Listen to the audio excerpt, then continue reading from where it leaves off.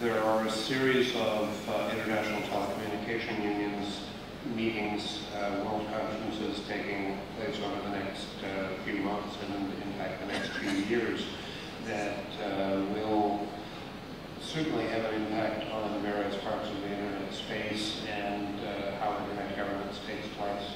The first is the Standardization Assembly, then the discussions about the international telecommunication regulations. Next year there is the World Telecommunications Policy Forum, which the Secretary General says will be all about internet governance. Then in 2014, the Plenipotentiary Conference of the ITU, which is where they will consider making changes to the mandate of the ITU. And then moving out of the ITU specifically, but into the broader UN context, 2015 with the WSIS plus 10 discussions, whatever form those take. So it's quite a series of very formal treaty and intergovernmental conferences. And Nigel Hickson from ICANN's International Partnerships Group will explain these to you. Nigel, please. Yes, well, this could take a few hours, but no, thank you, Bill.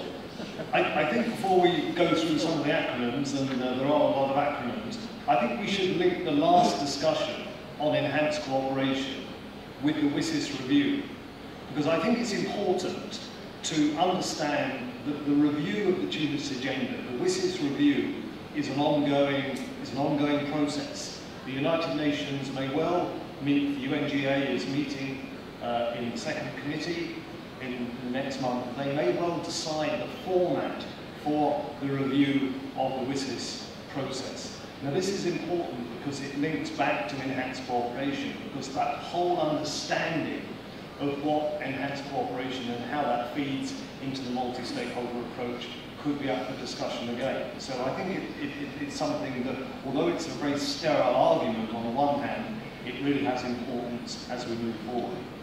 In terms of the more immediate issues, coming up in Dubai next month, we have the World Telecommunications Standardization Assembly that runs from the 20th to the 29th of November. This is the T sector in the ITU. This is the sector that does standardization, that does a lot of work on protocols and various other issues. It's an important 4-yearly assembly because not only does it set out the agenda for the work groups in the ITU that look at all the various standard areas, but it also this year is meeting directly before the WCIT, and therefore some of the discussions that will take place at the WTSA on issues such as cryptography, naming and addressing will feed into those discussions at the WCIT, if not in a formal way, then certainly in an informal way as well. So the WTSA is something that I know a lot of the technical folks follow, and it's something that clearly we'll be looking very carefully at in terms of the proposals that are put forward. The WCIT itself, now so much has been said about the revision of the ITRs, it's difficult to know where to start. Quite a lot of rubbish is written, isn't it? One can understand the frustration of the ITU as an organisation when one reads some of the comments on the blogs and in the media. So what's it all about? Well, we've discussed it before, so we need to go, and many of you are well versed in this agenda. But essentially it's revising the International Telecommunication Regulations, which were last negotiated in 1998 in Melbourne. These International Telecommunication Regulations at the time, and the Secretary General of the ITU has pointed this out, were seen as a liberalisation. They were seen as moving away from a very sort of fragmented telecommunications market. But of course, they are being revised, and the process of revision, which we're now almost at the end of, apart from the conference itself, will give the opportunity for many different proposals, and many different proposals that have been put forward for the review of these international telecommunication regulations. And so, although you've got a text that you're revising, essentially the text can be put to one side, and people can revise completely new, people can propose completely new proposals. In terms of the process for the wicket, it has to be remembered that it's governments that put forward the proposals. We've all read quite a lot about the so-called ECNO proposal, this proposal on Centre Party pays, which has caused a lot of discussion. Well, ECNO have no more jurisdiction in the ITU than I do. It's governments that are going to decide on what is discussed, and it's governments which have to take proposals made by sector members and put them into their own proposals. And therefore we have seen that the Arab Group, for example, and the African Union in their draft proposals have taken up some of the ECNO proposals in their drafts. The European Union, or the European grouping, CEPT, last night released a statement from Istanbul where they're meeting, saying they're not going to put forward the ECNO proposals in their own proposals for the wicket forum. So moving to the wicket itself, as I said, there's a lot of different proposals being put forward. A working document is being assembled. Now this is important because this working document is going to go live in about 2 or 3 weeks' time, and it's going to be a live document that will have essentially all the proposals that have been made from the different regions and from the member governments. And it's that which we will be doing work in ICANN, and no doubt other associations and people will be doing work to try and track what's important. And of course what's important for you depends on your viewpoint. For our viewpoint at ICANN, of course we'll be looking at proposals that might in some way affect the ICANN mission. So I'll leave wicket there. There's no doubt there'll be further discussion. I might say something at the end about the way that we plan to coordinate internally, if that's of use to you. The WTPF comes after wicket. This is the World Telecommunications Policy Forum. The expert group on the WTPF is meeting. There was a meeting last week in Geneva.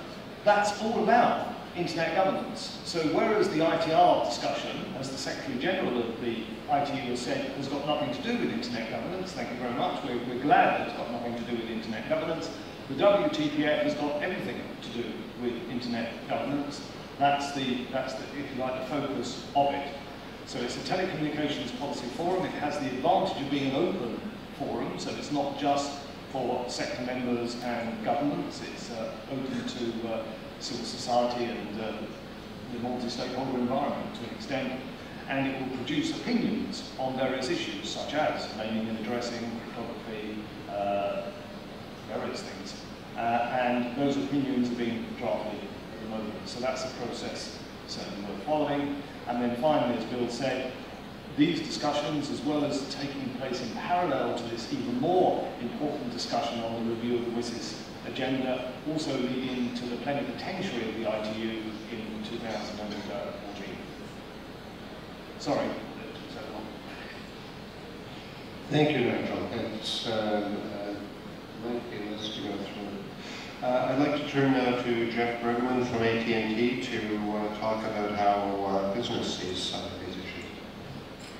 Thanks, Bill. And well, Nigel provided an excellent overview of the process, so I just would add a few observations. First, as Nigel said, the ITRs do serve an important purpose.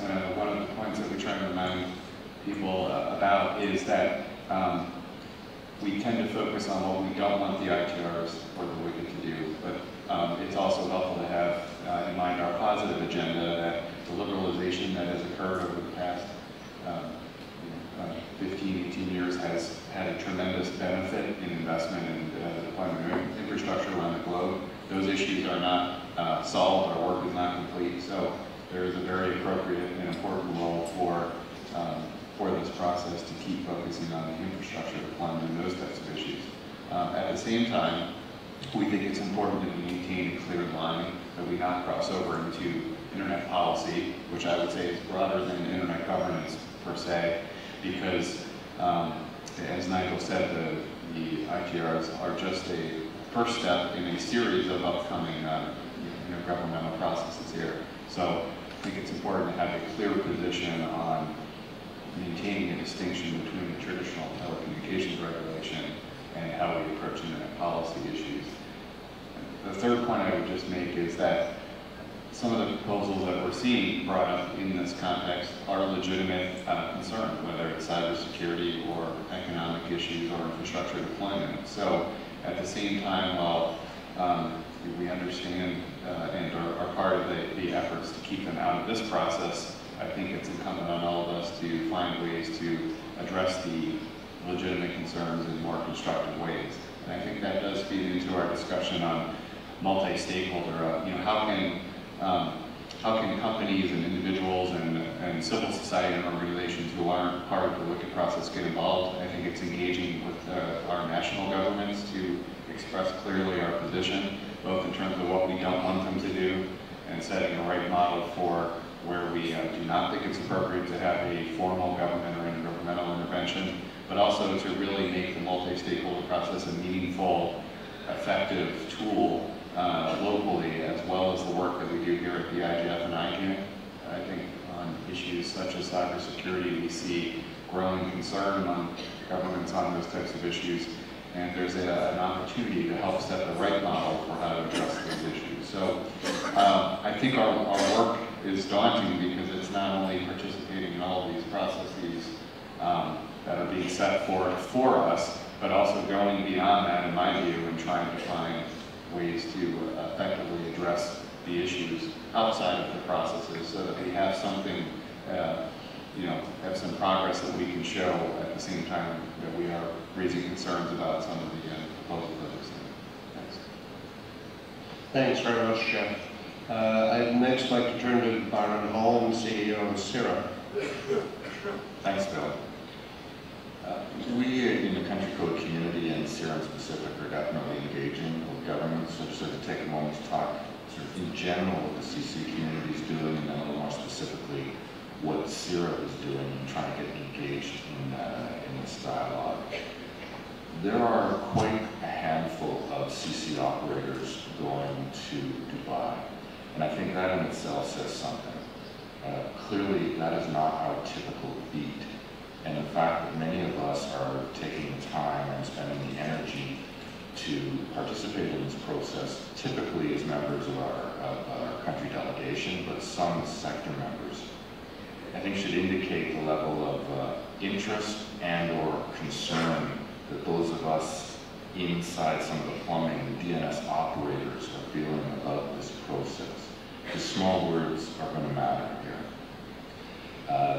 The CCNSO here has actually spent quite a bit of time talking about the WICA, getting the views of our membership, because many of us are speaking directly and advising directly our governments on what might be the actual impact of those small words, because they really are going to matter. And I think that the CC community occupies an interesting nexus in this environment, in that most of us have good and fairly close relationships with our governments. We all operate our own policy environments, so we're sensitive to making policy, but we also operate the DNS, and we're very sensitive to policies actually impacting operations and often the relevant attention that can happen there. So our community is thinking very seriously about it. We're very interested in the notions around what does quality of service mean. I mean, that does come from a very telco-centric world and mindset. A point-to-point connection held open, whether anything's on it or not. That is one model. We operate the DNS where any message is disaggregated and sent through an unknown path, many unknown paths, and reassembled at the end. Very different environment, and notions like quality of service get very complex very fast for those of us actually in the heart of operating DNS. Security, what does that mean? What burden might that put on those of us who hold all that DNS information, DNS logs, and queries? So things like that have the potential to be very onerous for us, or possibly not even achievable. And we want to be very clear that good policy also needs to be achievable for those of us who are operating. In terms of what CIRA is doing, we're part of our country delegation.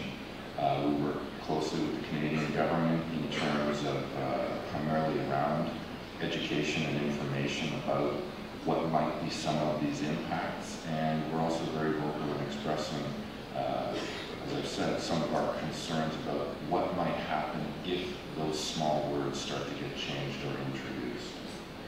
So, you know, I think the thing, country codes, we operate policy environments, so we're sensitive to them, but we have to run the blinking lights and rudders. So we need to do what is actually achievable on the ground. Thank you, Baron. Alejandro, please, you were going to talk about how civil society and other sectors are dealing with this. Bill, thank you. Again, bear in mind I don't even pretend to speak on behalf of civil society. It's more a descriptive, partial view, not mandated, not political terms, but descriptively. I think that the concerns that civil society and the technical community have about the evolving landscape, continuously evolving landscape in the ITU environment, are pretty well focused in a few points, despite plus being all over. The focus part is we see a number of things happening that may threaten the fundamental core values and standards and ways that the internet operates and the ways that the internet has grown. We see some words that are not as small as Byron thinks, which are very significant, attempts by different parties to insert into the ITRs, into the International Telecommunication Regulations, things like the word processing in the definition, data processing in the definition of telecommunications, not only transferring data, but also processing them. Of course, there is some processing involved in all telecommunications, but the level at which this would bring us would allow, for example, for things like deep packet inspection and many other aspects of data processing in telecommunications. And it would also invite the opening up of the ITRs to affect a number of sectors that are presently not at all included in the ITU's environment and that are not within the purview of the ministries of telecommunications and the telecommunication regulators in most countries. It will basically bring the whole of the IT industry, of the information technology industry, under the fold, under the umbrella of the ITRs. I think that this is a very broad move that should concern everybody, including civil society. There are a number of other moves which have been presented publicly, mostly as an issue between commercial entities. The over-the-top versus infrastructure discussion that goes around what is known as the ETNO proposal, for example, which, as Nigel has very well explained, it won't be a proposal in the ITR discussion unless some country brings it up. There's a contradiction in rules here, which is very striking for many of us. Officially, you cannot put anything into the discussion in WCIT if you haven't put it in by February 2012, which is way past. But on the other hand, it keeps getting wilder and wilder and more open as the date comes close, and particularly once the conference starts, it's all open. In those proposals, proposals that can affect the provision of service, that can include what I see as an extortion operation, we will introduce a quality service and we will leave a normal service called the internet.